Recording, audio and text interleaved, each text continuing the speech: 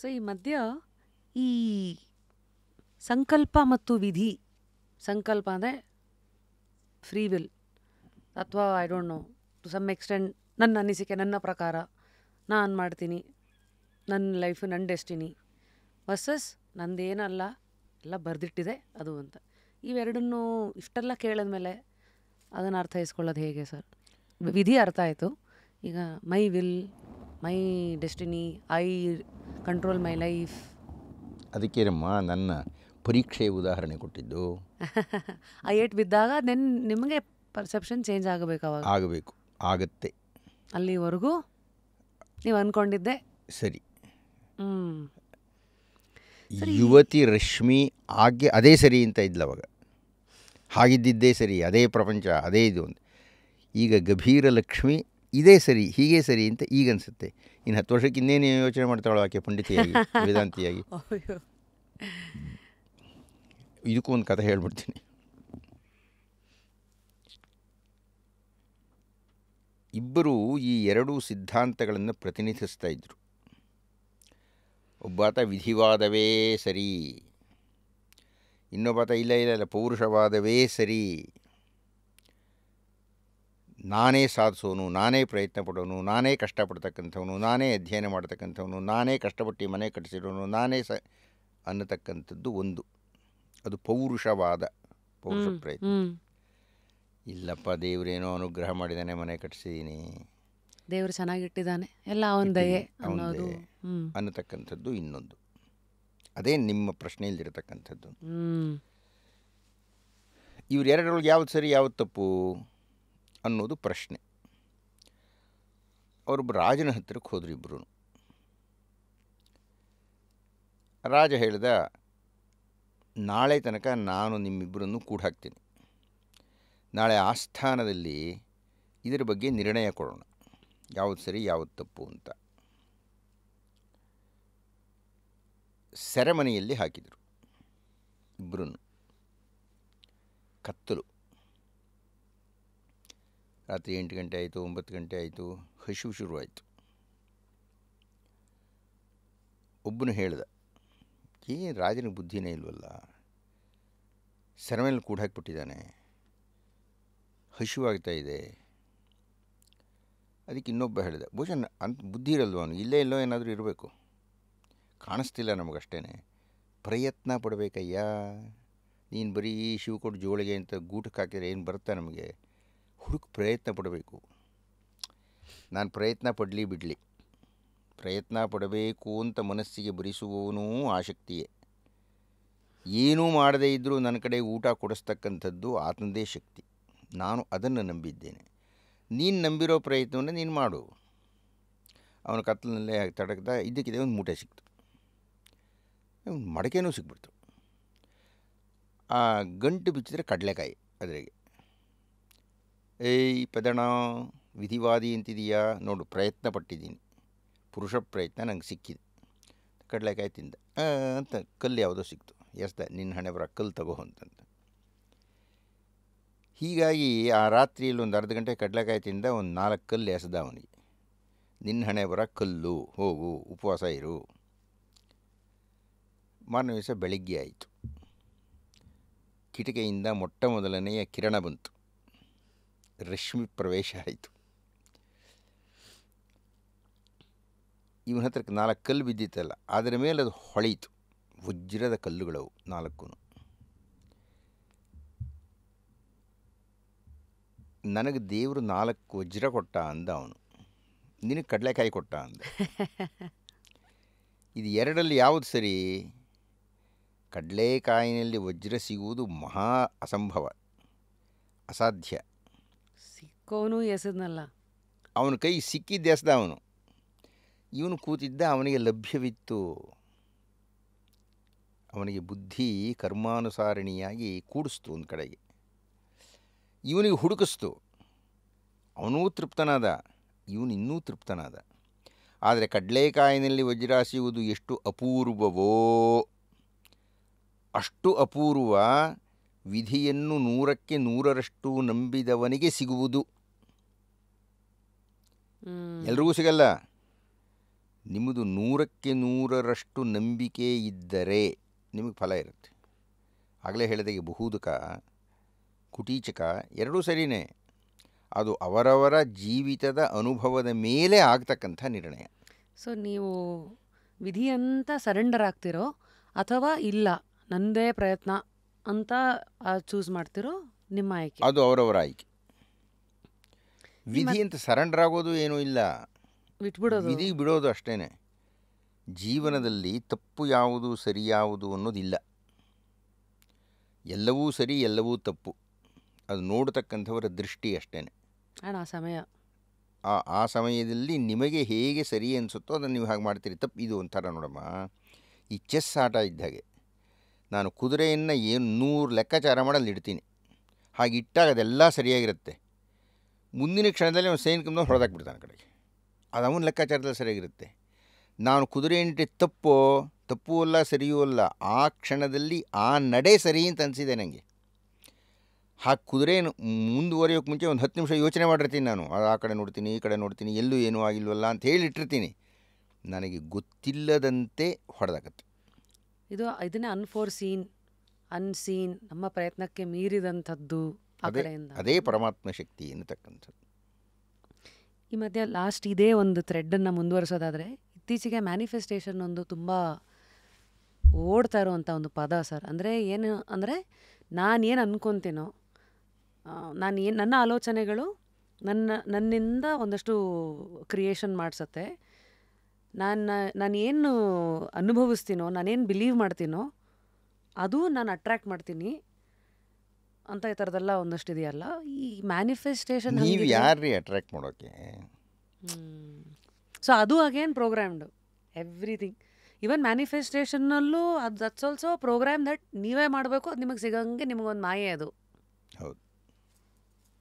ಈಗ ನೋಡಿ, ವಿವೇಕಾನಂದರು ಅಮೆರಿಕಾದಲ್ಲಿ ಉಪನ್ಯಾಸ ಕೊಡ್ತಾ ಇದ್ದಾಗ ಹೇಳಿದರು, ಪ್ರಾಣಾಯಾಮ ಅಂತ ನಾವು ಮಾಡ್ತೀವಲ್ಲ, ಯಾರು ಮಾಡೋದು ಪ್ರಾಣಾಯಾಮವನ್ನು? ನಾನು ಪ್ರಯತ್ನಪಟ್ಟು ಪ್ರಾಣಾಯಾಮವನ್ನು ಮಾಡೋದಾ, ಅಥವಾ ಪ್ರಾಣಾಯಾಮ ಅನ್ನೋದು ನೀವು ಉಪಯೋಗಿಸ್ತಾ ಇರತಕ್ಕಂಥ ಪದ ಪ್ರೋಗ್ರಾಮ್ ಆಗಿದೆಯಾ? ಆಮ್ಲಜನಕ ಅನ್ನೋದು ತುಂಬಿಬಿಟ್ಟಿದೆ. ನಮಗೆ ಅಯಾಚಿತವಾಗಿ ಅನೈಚ್ಛಿಕವಾಗಿ ಅದು ಬರುತ್ತೆ ಹೋಗುತ್ತೆ. ಈ ಬರುತ್ತೆ ಹೋಗುತ್ತೆ ಅನ್ನೋದು ಎಷ್ಟು ಸುಳ್ಳು ಅಂದರೆ, ಅದು ಬಂದು ಹೋಗಿ ಮಾಡ್ತಾ ಇಲ್ಲ, ಅದು ಇಲ್ಲಿರೋದು ಎಳ್ಕೊಳ್ತಾ ಇದೆ. ಶ್ವಾಸಕೋಶಗಳು ಪ್ರಯತ್ನಪಟ್ಟು ಅದನ್ನು ಗ್ರಹಿಸುತ್ತೆ, ಆಗ ಮಾತ್ರ ಅದು ಬರುತ್ತೆ. ಪ್ರಾಣಾಯಾಮ ಅನ್ನತಕ್ಕಂಥದ್ದು ಸ್ವ ಇಚ್ಛೆ ಅಲ್ಲ, ಅದು ಪರ ಇಚ್ಛೆ. ಆ ಪರ ಇಚ್ಛೆ ಅನ್ನೋದೇ ಶ್ವಾಸಕೋಶಗಳಿಂದ ಆಗ್ತಕ್ಕಂಥದ್ದು. ಹೀಗಾಗಿ ಉಸಿರಾಡ್ತಾ ಇದ್ದೀರಿ ಅಂದರೆ ನಿಮ್ಮದಲ್ಲ ಉಸಿರಾಟ, ಅದು ತನ್ನಿಂದ ತಾನೇ ಆಗ್ತಕ್ಕಂಥದ್ದು. ಆದಿಲ್ಲ ಇದಕ್ಕಿದ್ದಾಗ ಉಸಿರು ನಿಂತೋಗುತ್ತೆ. ಏನು ಹೇಳಿ ಕೇಳಿ ನಿಂತಿ ಅದು. ಹೀಗಾಗಿ ನಮ್ಮದಲ್ಲ. ಈ ಆಗಲೇ ಹೇಳಿದ ಹಾಗೆ ಈ ರೀತಿಯ ನಿಲುವು ಬರಬೇಕಾಗಿದ್ದರೆ, ನೀವೊಂದು ಮಾತು ಹೇಳಿದ್ರಿ ಆಗಲೇ, ಒಂದು 50-60 ವರ್ಷ ಆಗಬೇಕು ಅಂತ. ಯಾಕೆಂದರೆ ಜೀವನದಲ್ಲಿ ಅನುಭವಿಸಬೇಕು, ಅಧ್ಯಯನ ಆಗಬೇಕು, ಅರ್ಥ ಮಾಡ್ಕೋಬೇಕು. ನಮ್ಮ ಮಿತಿ ಇಷ್ಟೇ ಅಂತ ಅನ್ನುವ ತನಕ ನಮಗಿದು ಅರ್ಥ ಆಗಲ್ಲ. ಹಾಗೆ ಅರ್ಥ ಮಾಡಿಸುವುದು ಭಗವದ್ಗೀತೆ. ಅಮೇಝಿಂಗ್. ಕರ್ಮಯೋಗ ಅಂದರೆ, ಯೋಗಿ ಅಂದರೆ ಏನು?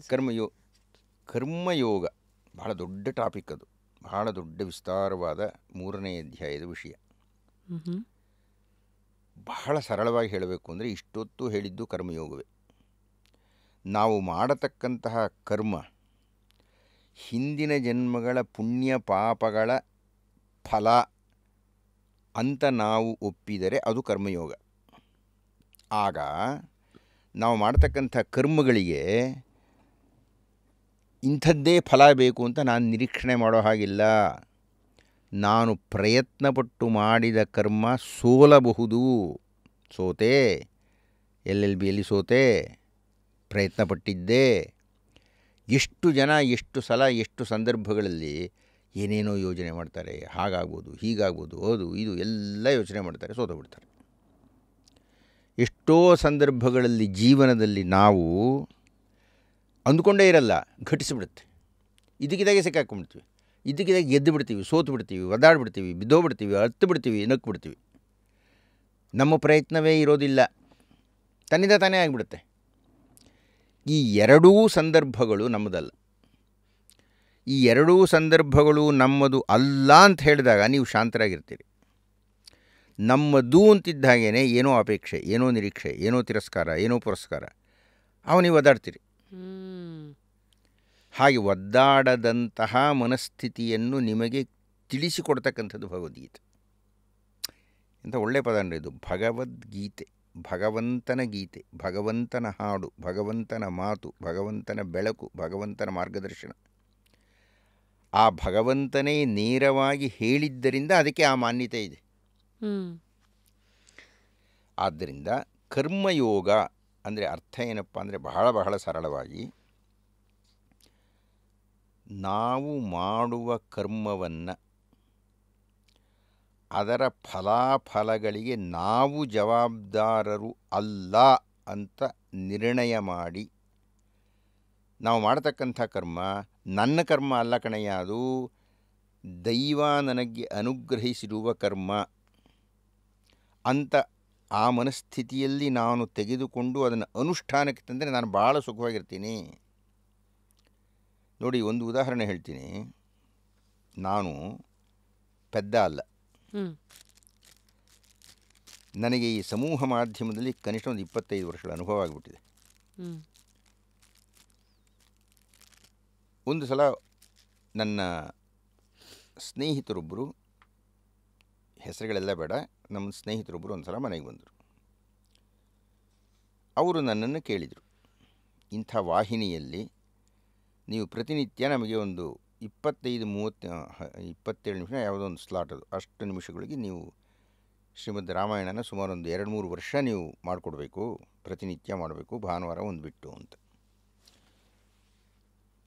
ನಾನು ಹೇಳಿದೆ, ಹಾಗೆ ನಾನು ಮಾಡಬೇಕಾಗಿದ್ದರೆ ನನ್ನ ಸಂಭಾವನೆ ಖಚಿತ ಆಗಬೇಕು, ಯಾಕೆಂದರೆ ನಾನು ಬೇರೆ ಕೆಲಸ ಎಲ್ಲ ಬಿಡಬೇಕಾಗುತ್ತೆ, ಪ್ರತಿನಿತ್ಯ ಮಾಡಬೇಕು ನಾನು ಅಂದರೆ ಅಂತ ಹೇಳಿ ನಾನು ಹೇಳಿದೆ, ನನಗೆ ತಿಂಗಳಿಗೆ 2 ಲಕ್ಷ ರೂಪಾಯಿ ಕೊಡಬೇಕು, ಆಗುತ್ತಾ ಅಂತ. ಗುರುಗಳೇ, ನಾನು ವಿಚಾರಿಸ್ಕೊಂಡು ಬಂದು ನಾನು ಹೇಳ್ತೀನಿ, ನಿಮ್ಮ ಹತ್ರ ಮಾತಾಡ್ತೀನಿ ಅಂತ ಹೇಳಿದರು. ನಡೆದ ಘಟನೆ ಹೇಳ್ತಾ ಇದ್ದೀನಿ. ಅವರು ಮಾರನೇ ದಿವಸ ಬರಲಿಲ್ಲ. ಒಂದು ತಿಂಗಳಾದ ಮೇಲೆ ಯಾವುದೋ ಸಭೆಯಲ್ಲಿ ಸಿಕ್ಕಿದ್ರು ಅವರು. ಅವ್ರು ನೋಡ್ತಿದ್ದೆ ಒಂದು ಕೈ ಕ್ಷಮಿಸಿ, ಏನೋ ಸರಿ ಹೋಗಲಿಲ್ಲ, ಹಾಗೆ ಹೀಗೆ ಅಂತ ಹೇಳಿದರು. ಯಾಕಪ್ಪ ಅಂತ ಹೇಳಿದೆ. ಅವ್ರು ಹೇಳಿದರು, ಒಬ್ಬ ಜ್ಯೋತಿಷಿ, ಭಾಳ ಪ್ರಸಿದ್ಧವಾಗಿರೋ ಜ್ಯೋತಿಷಿ ಈಗಲೂ,